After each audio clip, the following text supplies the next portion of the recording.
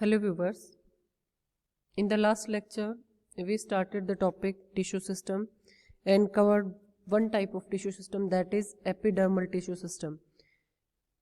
In this lecture we study about the ground tissue system.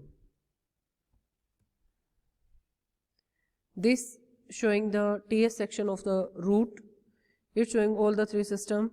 This is the outer epidermal system consisting of epidermis and root hairs, and this in between epidermis and this pericycle is called as the ground tissue system.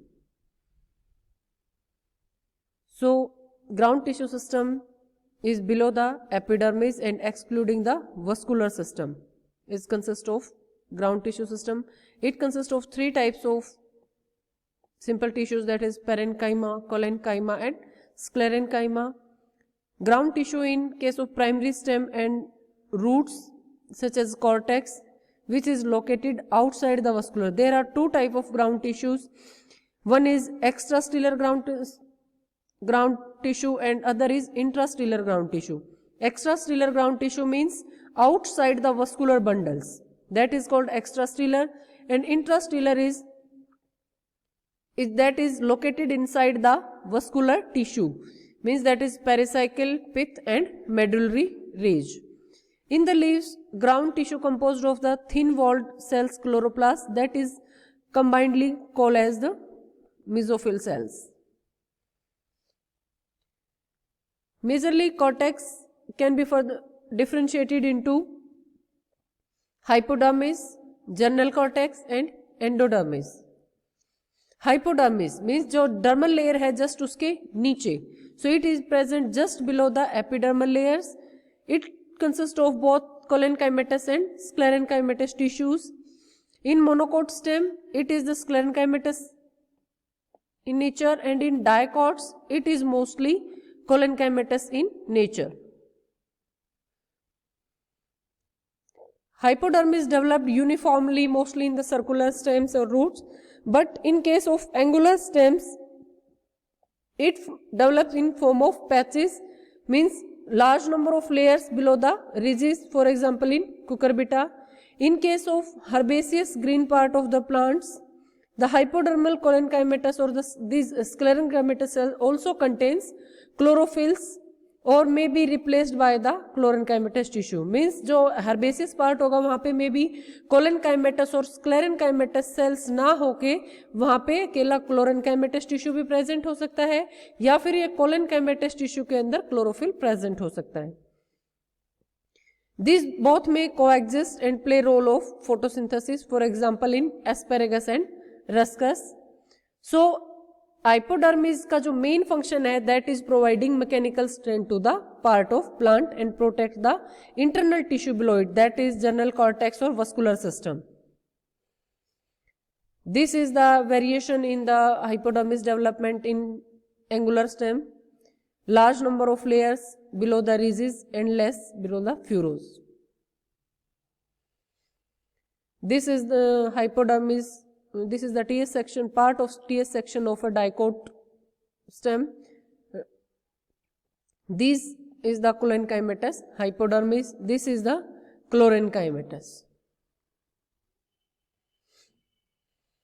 Below the hypodermis there is the general cortical region, that is general cortex. So it is the region between the hypodermis, and these consist of the parenchymatous cells which are very loosely arranged. These cells are isodiametric and consist of main function क्या है general cortex का, storage का function है, और वो storage mostly इसमें क्या starch grains की फॉर्म में होगा. इसके अलावा अदर जो पार्ट्स हैं, अदर जो स्टोरेज हैं कैविटीज में या डक्ट्स में, वो भी इसके अंदर प्रेजेंट होती हैं. It also contain chloroplast specially in the green part of the plant, resin ducts, tannins and other oil cavities also. The plant organ where hypodermis and cortex is not differentiated, specially in monocot stem जहां पे हम differentiate नहीं कर पाते कि कौन सा part hypodermis और कौन सा पार्ट कॉर्टेक्स है, तो वहां पे हम इन दोनों की बजाय एक टर्म को रेफर करते हैं. वहां पे हम टर्म यूज करते हैं ground tissue other than the cortex. Main function of cortex is as we discussed that is store food required for the various metabolical activity and also provide mechanical support to some extent. Next part of the ground tissue is endodermis. It is the innermost layer of the cortex. It is a single layer composed of compactly, जो इसकी sales हैं काफी epidermis की तरह से compactly arranged sales होंगी. Specialised पेरेन्काइमेटस sales क्यों बोलते हैं? क्योंकि इसके अंदर डिपोजिशन होता है, सबरिन का डिपोजिशन होता है इसकी ट्रांसवर्स और रेडियल वॉल्स पे, जिसको हम बोलते हैं कैस्पेरियन स्ट्रिप्स, और उसी की वजह से वाटर के लिए एज ए चेक पॉइंट काम करती है. इसके सबरिन के साथ साथ में इसमें लिग्निन का डिपोजिशन भी मिलेगा इन्हीं थिकनिंग्स पे. These are the thickenings of sabrin and lignin form the Casparian strips. जो टेरिडोफाइट्स हैं and most of the dicots, endodermis are very thin walled, जबकि मोनोकोट रूट के अंदर it consist of the thick walled cells. एंडोडर्मिसली जब herbaceous angiosperms है या जो एक्वाटिक प्लांट्स है वहां पे डिस्टिंक्टली उसको क्लियरली हम आइडेंटिफाई कर सकते हैं, जबकि जो वुडी स्टेम्स होती हैं डाइकोटिलेडन्स की या जिम्नोस्पर्म्स प्लांट हैं उनके अंदर ये एब्सेंट है, क्लियरली उसको हम आइडेंटिफाई नहीं कर पाएंगे. Functions of endodermis, main function क्या है इसका? सबसे मेन फंक्शन है कि ये act as a water transport check point between the cortex and the xylem. It also store diffusion of air into xylem, जिसकी वजह से जो जाइलम में है क्लॉगिंग नहीं होगी. It also act as accessory layer like epidermis, जो कि प्रोटेक्शन का भी काम करेगी वस्कुलर टिश्यूज के लिए. It also help in maintaining the root pressure, जो कि वाटर के लिए चेक पॉइंट कर रही है, उसी की वजह से ये रूट प्रेशर को भी मेंटेन करेगी. The thin walled cell retain the dividing power, so lateral branches and adventitious root often originate from this. So अब तक हमने जो तीनों पार्ट पढ़े हैं that is hypodermis, cortex and endodermis. ये सारे के सारे पार्ट थे एक्स्ट्रास्टिलर जो कॉर्टिकल रीजन, एक्स्ट्रास्टिलर जो ग्राउंड टिश्यू है उसके हैं. उसके बाद आता है हमारा इंट्रास्टिलर ग्राउंड टिश्यू, जिसके अंदर है पेरिसाइकिल है, पिथ है या फिर मेडुलरी रेज है. अब हम पढ़ेंगे इंट्रास्टिलर ग्राउंड टिश्यू को. So pericycle is located between the endodermis and vascular bundles. ये एक टाइप से बाउंड्री का काम करती है वस्कुलर बंडल्स के लिए, और it is the outer part of the intrastelar system. Pericycle दोनों टाइप की हो सकती है, मे बी होमोजीनस और हेट्रोजीनस. होमोजीनस में कंप्लीटली पेरेन्काइमेटस सेल से बनी होगी, जैसे कि सभी रूट्स में या जो लोअर वस्कुलर प्लांट्स है उनमें मिलेगी, जबकि हेट्रोजीनियस में दोनों टाइप के सेल्स मिलेंगे. इसमें पेरेन्काइमेटस एज वेल एज स्क्लेरेन्काइमेटस सेल्स के पैचेस भी इसमें मिलेंगे, जो कि डाइकोटिलेडन स्टेम में मोस्टली देखने को मिलेगी. For example in helianthus annuus वहां पे एक सर्कुलर बैंड्स होगा, कुकर बीट्स में भी इसी टाइप का. Functions of pericycle, first main function of pericycle is that it give rise to the lateral roots which also increase the surface area of the root, and these are meristematic in nature in the roots, due to which they are also termed as the pericambium here. Dicot stem में during the secondary growth जो फिलोजन या cork cambium है वो pericycle से ही arise होगा. Monocots में जहां पे सेकेंडरी ग्रोथ एब्सेंट होती है वहां पे ये स्क्लेरेन्काइमेटस बनती है, क्योंकि सेकेंडरी ग्रोथ होती है उसी से प्लांट को मैकेनिकल सपोर्ट मिलता है, स्क्लेरेन्काइमेटस टिश्यू की डेवलपमेंट होती है. बट मोनोकोट्स के अंदर सेकेंडरी ग्रोथ एब्सेंट होती है, तो वहां पे जो पेरिसाइकिल है वो स्क्लेरेन्काइमेटस बनेगी और यही प्रोवाइड करेगी स्टेम को mechanical strength. But during the normal condition, its main function it is parenchymatous and main function is storage of food material. Second intrastellar ground tissue system का जो part है that is pith. It is the central portion of root or shoot and pith is clearly developed in dicot का जब हमने देखा है तो उसके अंदर वेल डेवलप्ड होती है due to well arranged vascular bundles. But जबकि मोनोकॉट स्टेम में स्कैटर्ड होते हैं तो वहां पे डिमार्केटेड पिथ इस टाइप से जैसे डाइकोट स्टेम में प्रेजेंट ऐसे नहीं होगी. सम केसेस में क्या है जो पिथ की सेल है वो डिजनरेट होती है और एक होलो कैविटी बना लेती है इस टाइप से.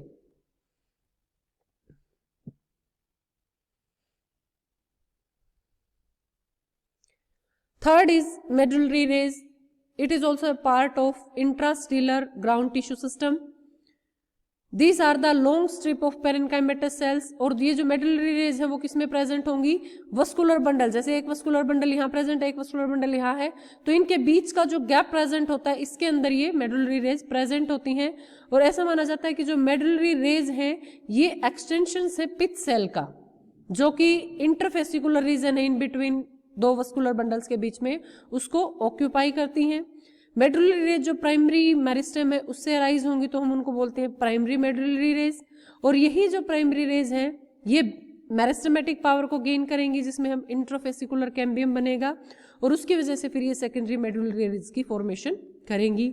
Main function of medullary rays is in help of conduction of food and water from the cortical tissue to the pith. Ground tissue of leaves में जो है थोड़ा सा स्टेम और रूट की बजाय थोड़ा सा स्लाइटली सा वेरिएशन होता है। जो ग्राउंड टिश्यू डिफरेंट होगा उससे, बिकॉज जो लीव्स है उसके अंदर ग्राउंड टिश्यू कॉमनली नेम जो उसका हम बोलते हैं commonly that is called the mesophyll tissue और मिजोफिल सेल्स, और इसके अंदर भी हमें काफी सारे वेरिएशन देखने को मिलेंगे लीव्स में due to different type of leave. In isobilateral leaf जो कि मोनोकोट्स में होती है, आइसोबाइलेटरल मींस जो उनका अपर और लोअर एपिडर्मिस पे एनाटॉमी अगर हम देखेंगे तो वो सेम होगी। तो इसके अंदर mesophyll cells consist of isodiametric parenchymatous cells with intercellular spaces, जबकि दूसरे टाइप के जो सेल्स होते हैं दैट इज डोर्सिवेंट्रल लीव्स जो कि डाइकोट लीव्स में प्रेजेंट होंगे, these are concentric leaves.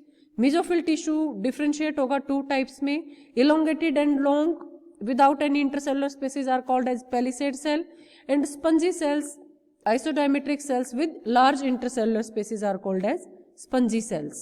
These both cells contain the chloroplast. So this is all about the ground tissue system. In the next lecture we will study about the vascular tissue system. Thanks.